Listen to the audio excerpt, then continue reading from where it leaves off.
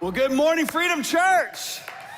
Man, it is so awesome. We're so glad that you are joining us for Freedom Church at Home Edition. Wherever you're joining us from, maybe you're still in bed, which is completely allowed. Maybe you're traveling, maybe you're sitting over breakfast or in your living room. We're just so glad that you're joining us today. We hope that you had an amazing Christmas. Isn't Christmas just the best? I mean, don't you just love Christmas? The decorations, the music, the gifts, the food. I mean, come on, man. And I've learned over the years that there's so many different traditions when it comes to Christmas dinner, right? Thanksgiving is kind of the standard turkey and stuffing and all of that, but Christmas dinner, different traditions, and we would love to hear from you. What are your Christmas dinner traditions right there in the chat? Like, what did you have for Christmas dinner? If you're Pastor Wade, he's from Texas, he probably had some brisket. Pastor Joey is Italian, he had some lasagna and some fettuccine. And if you're Pastor Stephen, he's from Louisiana, it was probably gumbo and fried water moccasin or something. But let us know what you were eating. And hey, today, as Pastor Josh said, is not only the last Sunday of our At All the Feels message series, but today, my friends, please jump on your feet. It is December 27th, and it is the last Sunday of 2020. Come on! Man. How many of you are ready to just move on, right? What a year. In fact, I found some quotes that I hope you find funny. They made me laugh. 2020 is like looking both ways before crossing the street and then getting hit by an airplane. Makes total sense, right? Years ago, 2020 sounded like the most futuristic year, but then I had to trade my neighbor some carrots for a roll of toilet paper. I mean, how many of y'all remember running to the store and hoarding all the toilet paper like Gollum in a cave? You're like, my precious, right? Like, toilet paper shortages, who knew, right? The world was fine until we decided to raid Area 51. You guys remember that? Yeah, those aliens, they got back at us. If 2020 was a drink, it would be unsweet tea with no ice. Come on. Who drinks unsweet tea? The English. Listen, here's my favorite. This is my favorite one. If 2020 was a slide. Look closely now. 2020 has shredded us. There's no doubt. We started off pretty good in 2020, but then we got hit with what we all know was this unprecedented, just crazy, crazy global pandemic. And most of us remember where we were when, at least in Maryland, but maybe in your state, wherever you're watching from, that stay-at-home order came, right? And businesses started shutting down and hospitals started overflowing. We all learned what PPE stood for. This desperate search for masks and gloves and face shields, and then a death rate that started to go up and schools shutting down and virtual learning being thrust on our kids and teachers and parents. And now, even now, like, cases are rising and we feel like we're at it again. And then in 2020, there was Breonna Taylor and George Floyd. And there was the searing heat of racial injustice all across America. And there were and still are so many arguments and division over issues of justice and protests and slogans and riots and all of these things. And then 2020 threw us probably the most polarizing, divisive presidential election in American history. I mean, no matter who you voted for, you felt the extreme tension. And 2020 has been like this perfect storm of sorts. And the truth is that believers in Christ have not been immune to the effects of this year. A few weeks ago, I found myself sitting, I've got a little shop that I do some woodworking in. I found myself sitting in there, and I'd been on the phone that week or on Zoom calls or in person meeting with people from Freedom Church that are just going through some difficult situations. And each of them, those situations left them feeling pretty empty inside. And these are awesome, good, God-loving people. And I found myself having a hard time praying for them, not because I don't love them, but because I was, like many of you, I was at a loss for words. And I began to pray like, God, I need a name for this. I need to kind of know, like, what is it that I'm praying about? And our pastor, Pastor Wade, says all the time, like, you have victory over what you can talk about. And that was my theme, like that day, like I need to know what I'm praying for. And so I asked the Lord, what is it? Like, what is it coming against my friends and family? What is it that's coming against Freedom Church? What is it that's coming against me? What are all of these feels in 2020? And the Lord dropped one word in my heart, and that word was chaos. That was the word that I got that day. I mean, if you could sum up all the negative feels that we've had this year, I think it would be chaos. Chaos in our personal lives, in our jobs, in our church life, in education, in cities and towns, and out in the countryside, in our politics, in friendships, and families. It's chaos. In fact, I'm titling this message, Chaos Can't. And some of this is coming from a book that I recently read by author Alan Arnold. And this is how he describes chaos that comes against you. He said this: chaos is a destructive, fear-based force that prevents you from fully living. The ways it comes against you, large and small, are often intensely personal strikes meant to leave you empty. And man, isn't that true? Like, chaos is so rooted in fear, and it has this destructive way of attacking your heart in personal ways that leave you empty. Empty of hope, empty of joy, empty of the energy and the drive and the determination to do good. Chaos is one of those choice weapons of your spiritual enemy, and he uses it to spin us up in fear, to disorient us, right? To get us off balance, and ultimately to get our eyes off of Jesus. But here's the really good news right off the bat, that almost all the time, chaos starts on the outside and tries to work its way onto the inside. Isn't that true? It starts on the outside. It starts as an external force trying to gain entry into your heart and your mind. It rarely starts on the inside. Now, why is that good news? The good news is that we have a choice whether we let it in or not. That's the great news. And so listen, the first thing that chaos wants is in. That's the first thing chaos wants, is into your heart and into your mind. And it usually starts, isn't it true that it usually starts with these unhelpful self-conversations that we have with ourselves, right? We dwell on thoughts like, how much can one person handle, right? Nothing ever goes good my way, right? Nothing's ever gonna change. The world is a scary place. I don't have enough money. I don't have enough time. No one understands me. I'm all alone, like life isn't fair. And we have these internal monologues that never lead anywhere that's really helpful. And here's the truth. If we embrace these fear-based thoughts, they're gonna change us, but it's not gonna be for the better.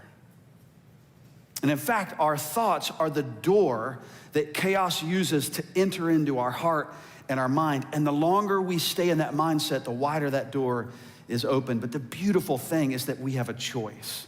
Chaos feels overwhelming, but with Jesus, come on y'all, with Jesus, chaos can't. It just can't. I love that. It's different for those that follow Jesus. And so we've been hanging out in the amazing story of the birth of Jesus during this message series. It's been so helpful. It's been so inspirational.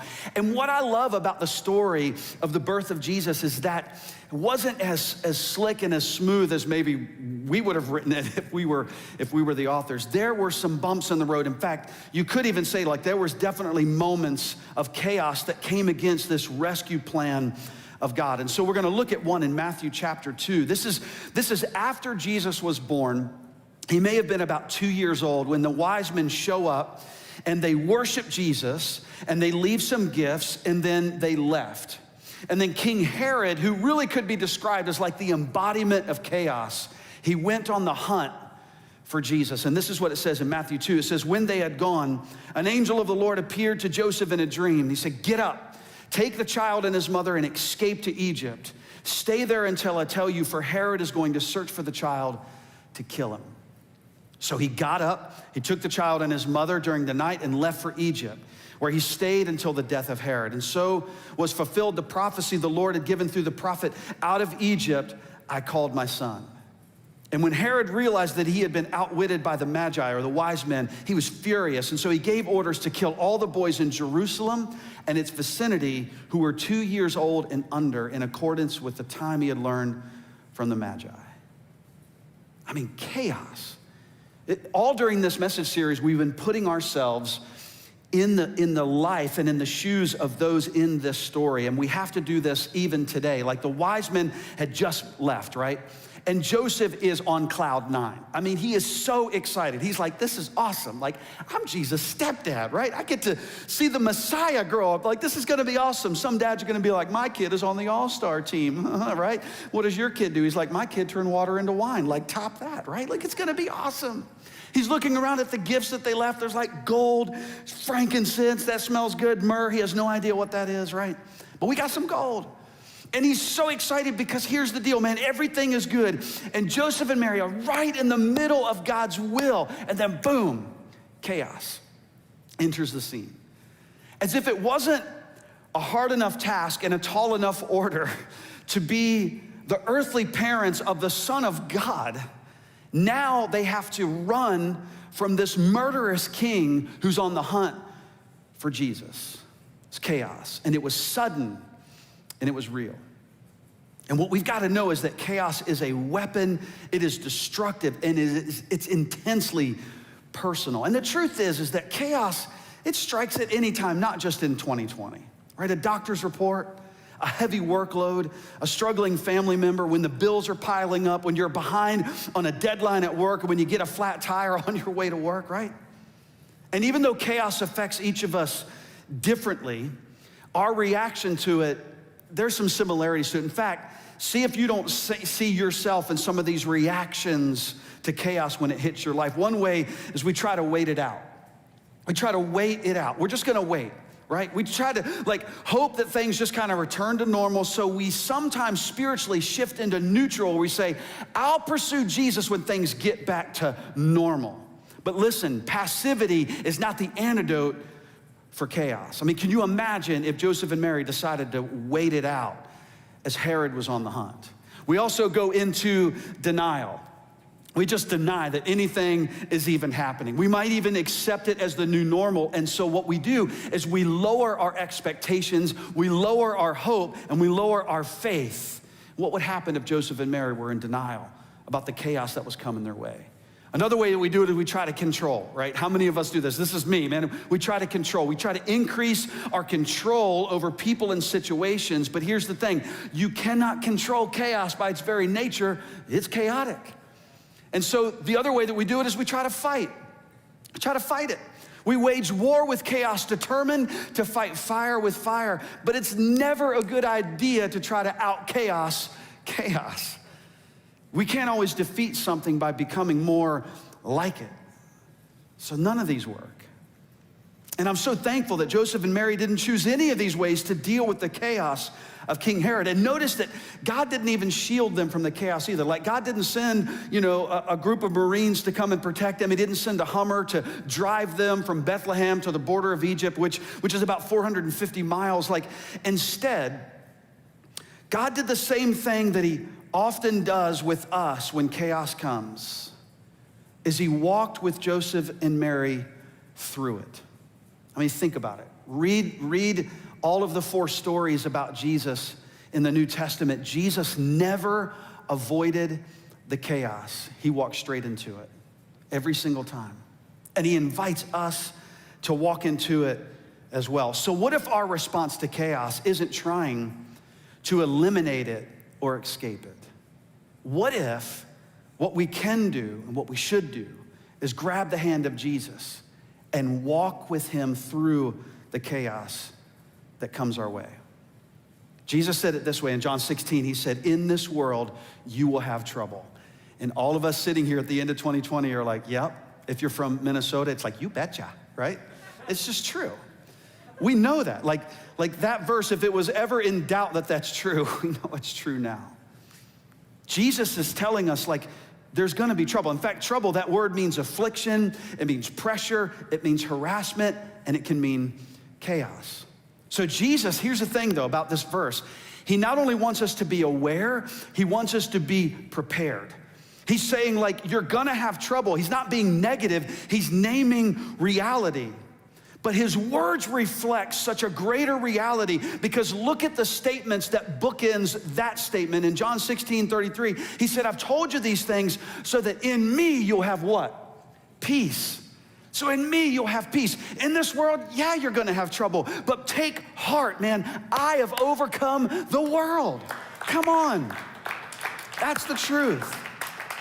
So remember, this is the same Jesus that was hunted by a mad king as a baby. And look at what he's promising. He's promising peace. Now, for me, the reason why I have a hard time with this statement sometimes is because really what I want is I want Jesus just to eliminate the chaos. Because I tend to think that the absence of chaos brings peace. But here's the reality about Jesus is that he does come to give us peace, but it's not peace dependent on a peaceful world. It is peace in the middle of a shaken world. And I love that.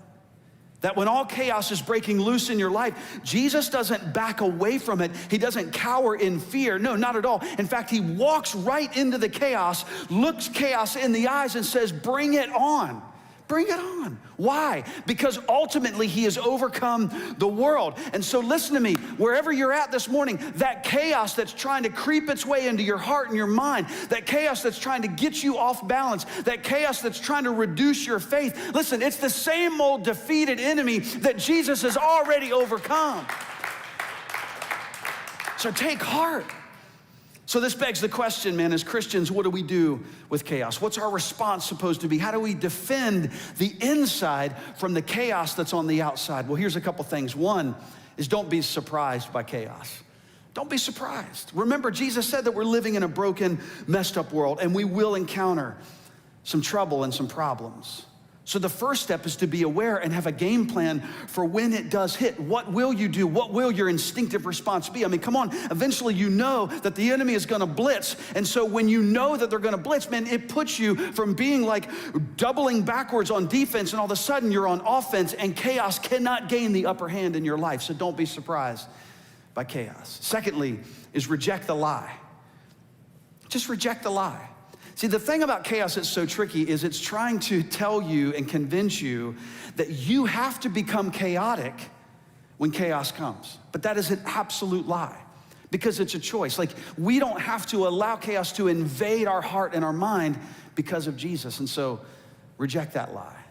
Here's a third one. I love this, man, is guard your heart. Guard your heart. This is something I've been trying to practice for years. Because the truth is when we turn to Jesus, man, we give our lives to God, we're given a brand new heart. It's what it says in Ezekiel 11. It says, I will give you one heart and a new spirit, and I'll take from you your hearts of stone. And I love this. This is so gracious of God.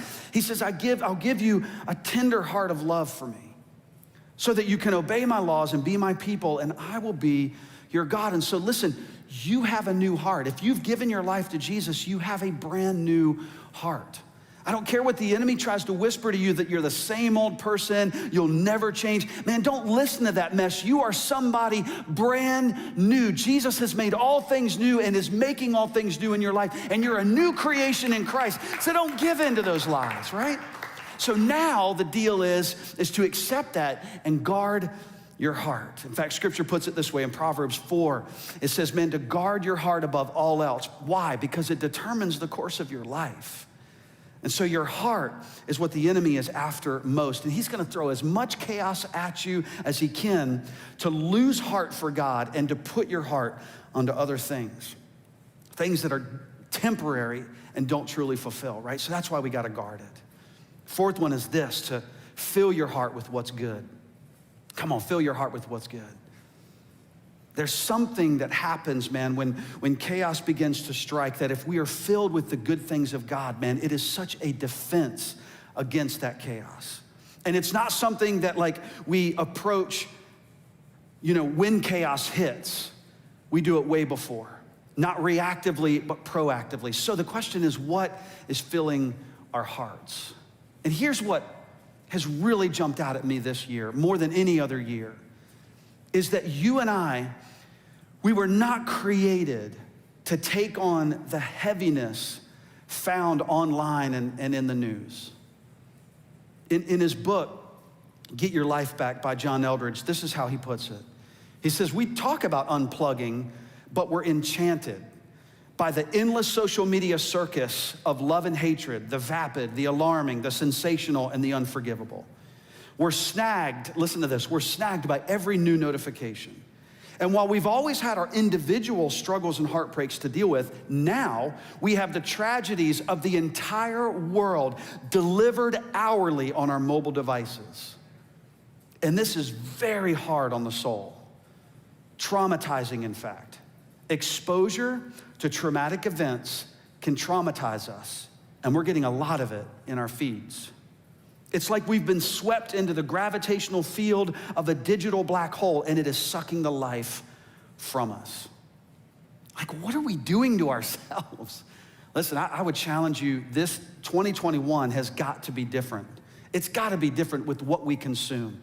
So God's offer has always been life. And so what do we take in? Well, Philippians, Paul gave us a real clue in his letter to the Philippians. He said, whatever is true, whatever is noble, whatever is right, whatever is pure, whatever is lovely, whatever is admirable, whatever is excellent and praiseworthy, think on those things. Fill your heart with what is good, and there's no room for chaos to get in. Here's the last one. Let what is in flow out. Let what is in flow out. What a chaotic world needs is a church that lets the goodness of God flow out into the world. And this last one, man, it really makes me think of all of the good that has come to us, Freedom Church, during the last 10 months. All of the good that in the middle of all of this craziness that God has helped us as a church bring about a lot of good. A lot of change. I mean, Freedom Church, listen, you have truly let what is in flow out. You really have. In the middle of this chaos, when it first started, we had to shut down. And I can't tell you, as pastors and leaders, it is so counterintuitive to not have church. It blew us back. Like we never imagined that day would come. But Freedom Church, you turned your living rooms and your back decks and your backyards and your garages into churches. And you leaned in and you worshiped in your PJs. And we have so many people that are hosting Freedom House Church even today on Sundays. In fact, on Easter Sunday, in the middle of 2020 chaos, we reached more people online than we've ever reached before. Well over 10,000 people that we reached on Easter Sunday. Come on, it's amazing. It's so incredible. And when we did get to open up again in person in August, we didn't just squeak back in. We came back with the nines, and it made me think like chaos when we shut down was like, haha, you can't preach in person anymore. And then God said, haha, when they do open, they're gonna preach with 25 preachers in one day. Come on, I love that. In the middle of 2020 chaos, our dream team has shown up every week with an average of 220 people serving across all of our campuses every week, welcoming guests and loving our kids and leading us in worship and taking care of production and praying their guts out for people. We've seen 30 people jump into Growth Track since we restarted in September. In fact, I want you to meet Josh and Megan Weber. They just finished Growth Track and they're jumping on our dream team. And this is what Megan said. She said, we started attending Freedom Church in July of 2019. We needed a place to heal and worship, and Freedom was exactly that. We joined a community group, and then we jumped at the chance to jump on Growth Track Online when it returned in the fall. She said the classes were so engaging, and it was fun letting the pastors into our living room each Sunday night. And she said this, the more we learned about the mission and the vision of Freedom, God just further solidified that we were where God had us to be. And we just cannot wait to serve and grow as a part of this church family. In the middle of 2020 chaos, so many of you knew and decided that we needed each other. And you chose community over isolation. And you met together on Zoom or Facebook or in a park or in your backyards. In fact, 2,769 of you led or joined 239 community groups in 2020. Come on, it's amazing. In the middle of the 2020 chaos, we made some creative changes and held our Freedom Conference, and 133 amazing people met God in new ways and found freedom. In fact, we took our Freedom Conference online and hosted participants from Maryland, Delaware, Connecticut, and Wisconsin. I want you to meet Morgan. She jumped into a community group and came to our conference, and this is what she said. She said, I had the honor of going through both a freedom group and the conference with my fiance. And I can honestly say that it not only brought us closer together, but it gave us both a sense of freedom that we have never experienced before. Come on. Jesus never avoided the chaos. He walked straight into it. And Freedom Church, man, you have grabbed his hand and you've walked into the chaos to see lives changed. In the middle of 2020 chaos, so many of our kids, our children, had to miss out on months of school and sports and trips and more. And our Freedom's Kids team have loved our kids like crazy, creating curriculum and moments that have met our kids right where they are. I want you to meet the Weiser family. And this is what Larson, the dad, this is what he wrote. He said, Freedom Kids has been there to deliver God's message to our kids during this season of change and uncertainty in an uplifting way. They continue to brighten our lives when the world tells us it should be dark. So thank you, Freedom Kids, for being amazing. Come on. In the middle of 2020 chaos, our Freedom College and Freedom students leveraged technology and such incredible creativity in groups and in-person events. And they've brought so much help and life to younger folks in this crazy season. In fact, in April and May, our online student nights doubled from what they were pre-COVID in-person gatherings. College groups grew from 3 in 2019 to 13 in the middle of 2020 chaos. I want you to meet Olivia, a 7th grader involved in Freedom Students. She said this, I've been in a student group for about a year now, and I think it is awesome. I've made so many amazing friends, and I love this. She said, I've met the coolest leaders. Clearly, she's never met me. I don't even know what that means. She said, I can't think of a bigger blessing in my life. We have so much fun every week, and we talk about all sorts of fun things and serious things, and this is what really jumped out at me. She said, it's a place where you'll never be judged, and the worries of the world lift off your shoulders. It has truly changed my life. How amazing is that? Come on, I love that. I want you to meet Kayla Jeppy. She recently got involved in Freedom College, and she said this, I've never had a true relationship with God. I knew all about Christianity and religion, and I grew up around a church, but I was never fully present in one. I knew there were things that you should and shouldn't do according to the Bible, but I never really knew what it meant to have an actual relationship with God. I never truly felt the freedom that God gives us until going to Freedom Church, and I got involved with Freedom College. And it made me feel the love and light of God that I have never experienced before, and I am truly thankful for that. Do you see this? Do y'all see like the fruit in the middle of chaos? Jesus is walking us through in the middle of chaos. Who knew that in the middle of the chaos of 2020 that we would launch Freedom School of Ministry, right? And guess what? These students just finished their first semester. I want you to meet Brittany Reed. So amazing. Brittany said, before Freedom School of Ministry, I was kind of going through the motions of life, not really knowing which direction to take. But after completing my first semester, God has opened up so many opportunities for me to grow in Him and in ministry. Listen to this. He's made it clear that He has a purpose for me and those around me, and this is only the beginning. Come on. I love that. In the middle of 2020 chaos, Freedom Church, listen to me, listen to this. You gave enough toys to bless over 125 kids for Christmas. You gave over $50,000 since March to help people in need. You gave away 21,000 to-go meals, and you gave away over 500,000 pounds of groceries to people in need. Come on, it's amazing. I want you to meet Alex Pfeiffer, one of our Freedom Outreach Center volunteers. He said, serving on Tuesday nights at the Freedom Outreach Center reminded me why it's so important to walk in Jesus' footsteps and obey His call to serve others.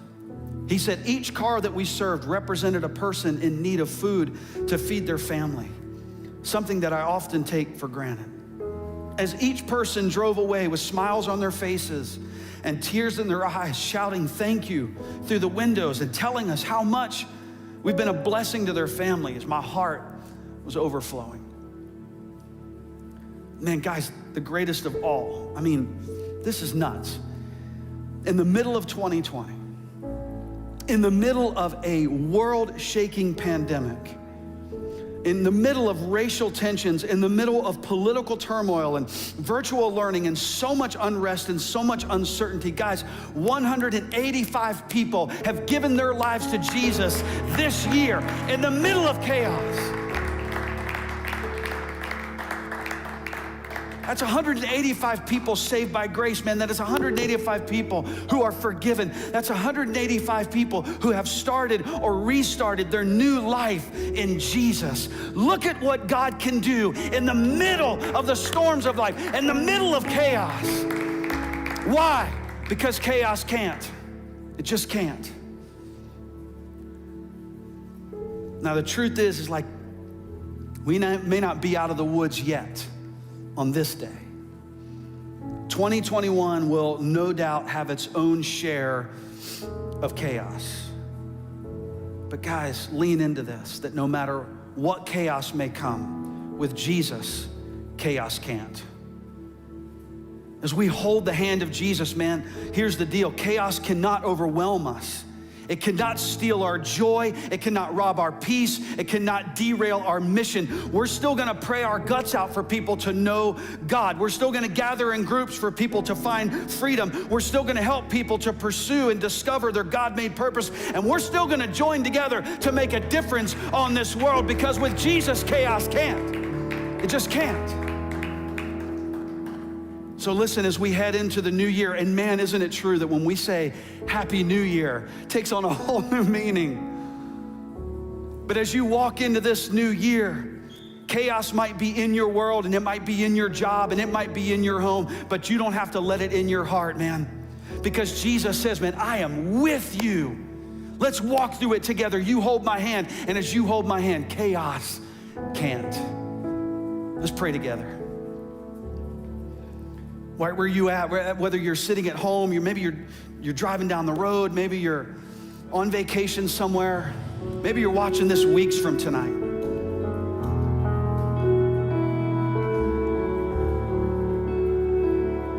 If you're in a place where you're distant from God, I encourage you right now, today, on this last Sunday of 2020, to take a step and give your life to Jesus. Maybe this year, one of the good things that it's done for you is help you to realize that you don't have it all together and you need a Savior. It has shaken you to the point where your security and your comfort has kind of been ripped away from you, and see that you're in control of a lot less than you thought. You know, that's actually a good thing, because it's the truth. And so maybe right where you're at, you can give your life to Jesus by simply praying this prayer like, Jesus, I give you my life. God, would you come in and like change me and forgive me of all the bad things I've done. Forgive me of all this thing called sin. Will you forgive me for doing my own thing, going my own way? Jesus, will you change my life? I thank you for dying on the cross for me, for rising from the dead for me. And I thank you that you're with me. And today, Jesus, for all of us, God, as we say goodbye to 2020, right now, collectively, we let go of all the hurt. We let go of all the disappointment. We let go of all the pain. We let go of all the fear. And we choose today your peace. We choose your love. And we declare today, Jesus, that because of you, chaos can't. that you can take that chaos and you can turn it for good. Jesus, that you can take the problems of this world and you can rearrange it and recycle our pain and change the things that come against us. So Jesus, we celebrate that today, that with you all things are possible. We love you in Jesus' name.